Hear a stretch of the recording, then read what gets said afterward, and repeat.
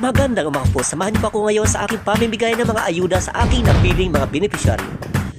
Unang bibigyan po natin mga kaibigan ay kaibigan ko, mga kaibigan na isang bulag, tapos kapatid niya po na medyo mentally retarded po mga kaibigan at nahihirapan po magsalita kahit matanda na.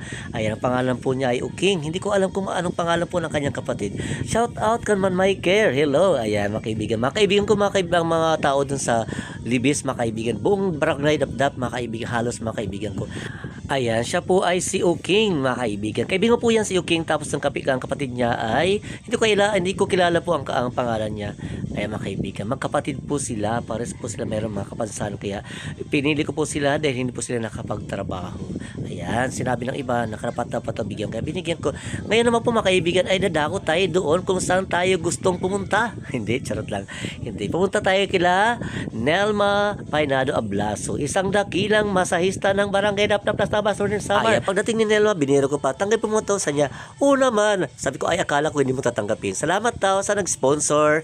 Ayan, God bless daw po sa nag-sponsor. Ngayon man po mga kaibigan, ay dadako tayo doon sa gusto kong paroroonan mga kaibigan. Hindi, doon kila Mancharita Muklon at saka yung asawa niya si Ma'am Berot Muklon.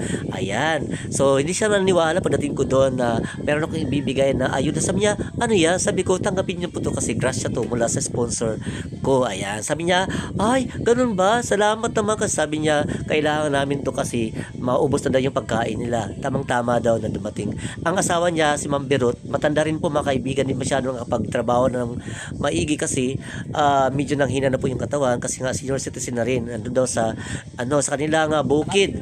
Ayan, sabi ko, pakisabi nilang na ito yung kanyang parte. Ayan. Salamat daw. Maraming salamat daw sa sponsor. Ngayon mga kaibigan, dadako tayo ngayon kila Mang Tony at Deli Orquita. Ayan, isang po mga asawa na pares po senior citizen. Pagdating po ng mga kaibigan, yung asawa, Mandeli lang po nandun. Sabi ko, nasa yung asawa nyo? Nasa, barangay hall kasi nakapila doon para sa requirements ng senior citizen kasi parang bukas po yung payout mga senior citizens. Shout out po sa mga senior citizens at sa DSWD na tumutulong po sa mga senior citizen.